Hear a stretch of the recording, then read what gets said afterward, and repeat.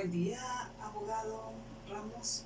En este momento voy a explicar lo correspondiente a el concepto formal y el concepto material del delito.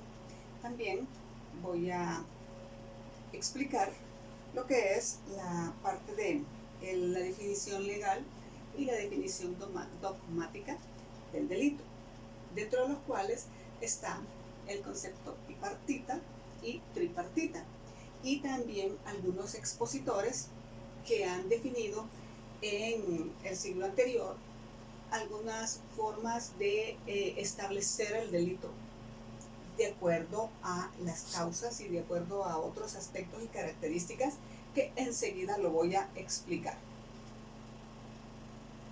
En la definición formal, nosotros tenemos que el delito está íntimamente unido a lo que define la ley. O sea, si la ley define que de acuerdo a la tipicidad del hecho se establece como delito, entonces sí lo determina, sí lo menciona como un delito. Entonces, de acuerdo a como lo menciona la ley, entonces así se va a determinar el delito.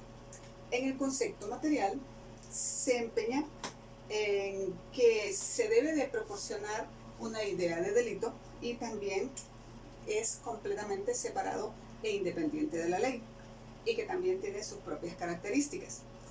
La primera característica es la conducta humana, porque es la conducta humana la que provoca el delito o lo constituye.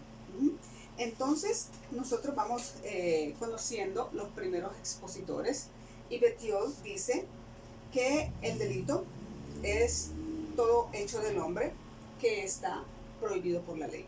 O sea, cuando nosotros interrumpimos la ley o contradecimos la ley de acuerdo a nuestros actos, de acuerdo a nuestra conducta.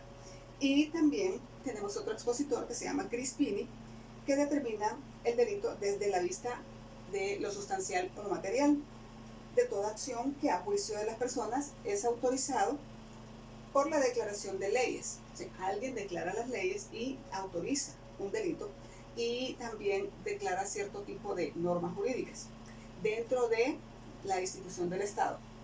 También tenemos a Antolicei, que dice que el delito es un comportamiento humano que a juicio del legislador se verifica con la ley y también tiene exigencia de pena criminal. Para que haya siempre un delito, también deben de haber acciones, y estas acciones deben llevar a una causa. La causa provoca la pena criminal. Y también vamos a ir explicando lo que es la definición legal y la definición dogmática.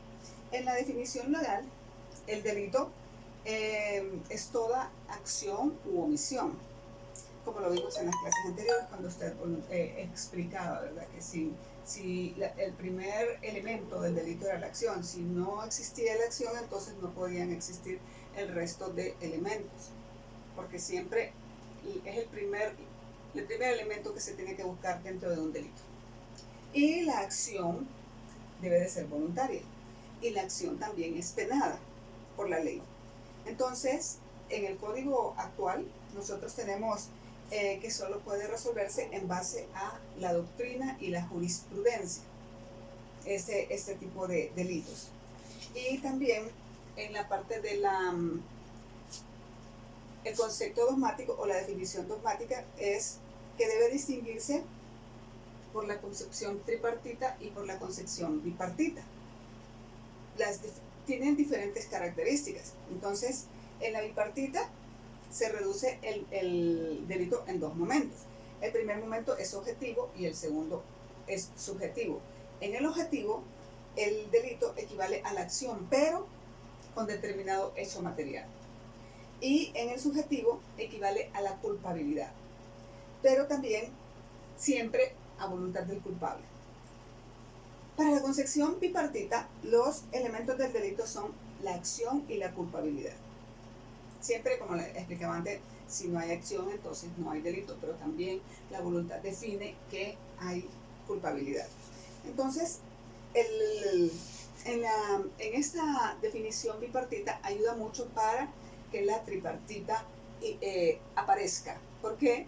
Porque a la tripartita lo único que se le agrega es otro elemento. En la bipartita estaba la acción y la culpabilidad, en la tripartita está la antijuricidad, que se une a las dos anteriores. Entonces es como tener la bipartita más la antijuricidad. Y esto permite de mejor manera que las causas de la exclusión de la responsabilidad criminal se dividan o se mejoren excluyendo estas causas y también generando que la culpabilidad y la antijuricidad también se excluyan o se separen. En el caso de la concepción tripartita se fue evolucionando con el paso del tiempo. Y también con el paso del tiempo se tuvieron estos tres elementos que se han mencionado, que es la acción, que se concibe como un proceso causal nacido de la voluntad de la persona que cometió el delito, ¿sí? Y que ha modificado el mundo exterior. También la antijuricidad, que como juicio valorativo se recae sobre el acto. También la culpabilidad, que también esta culpabilidad recae sobre el autor del delito. Entonces, los tres elementos son importantes para que la concepción tripartita, así como fue evolucionando, se cumpla. En el caso de los expositores que le he mencionado son personas que han investigado de qué forma se pudo o se puede mejorar aún más el derecho, porque desde que comenzó en la antigua Roma, pues también tenemos la influencia alemana del derecho, y en este aspecto entonces nosotros tenemos muchos investigadores para ir mejorando las formas en las cuales se ha desempeñado el derecho, de acuerdo a la culpabilidad de las personas y de acuerdo a las penas, porque antes era más rígido y más sacrificado, por así decirlo, para no decirle una palabra tan fuerte como ser lesivo a la persona. Y Belling es uno de los investigadores de ese tiempo que se basa en el análisis de los elementos del delito. Intercala los elementos de la tipicidad, como la acción, también la antijuricidad, la culpabilidad, la subordinación, y también todo esto lo analiza y lo une o lo integra a una pena. Entonces, todo eso que analiza él, lo analiza con dos características. La primera es que completa la independencia y la separación del delito. ¿Sí? Lo separa de lo que es la ley, y entonces mira a ver cuáles son aquellas normativas que le pueden aplicar. Y que la segunda es que todo lo subjetivo pertenece a la culpabilidad. Eso es lo que dice Belling. También fue una persona que fue muy criticada por estas características, porque las demás personas posiblemente no estaban de acuerdo por completo con la concepción de él. Y él maneja dos conceptos. En el concepto que nosotros decimos, y ahora tenemos un concepto actual. En el concepto actual se define el delito como la acción tipificante, antijurídica y culpable.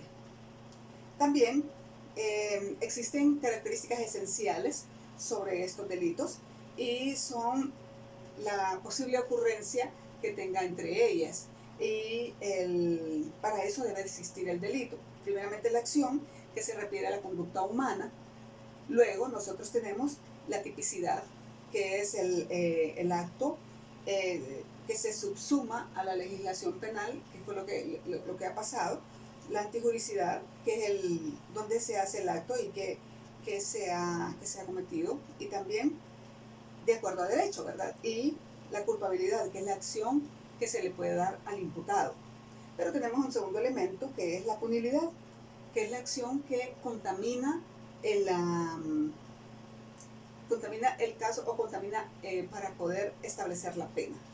En estas características nosotros tenemos o aspectos positivos y aspectos negativos. Y dentro de los aspectos positivos y negativos que vamos a analizar, siempre se analizan lo que es la acción, la tipicidad, la antijuricidad y la punibilidad o la imputabilidad. En la acción se manifiesta de voluntad y ese es un aspecto positivo, pero el aspecto negativo es que es de plena conciencia. Y en la tipicidad, en el aspecto positivo, es que es imputación objetiva, pero en el aspecto negativo es que es atípico, hay una atipicidad. Y en la antijuricidad se pone en peligro el proceso jurídico protegido mediante la ley.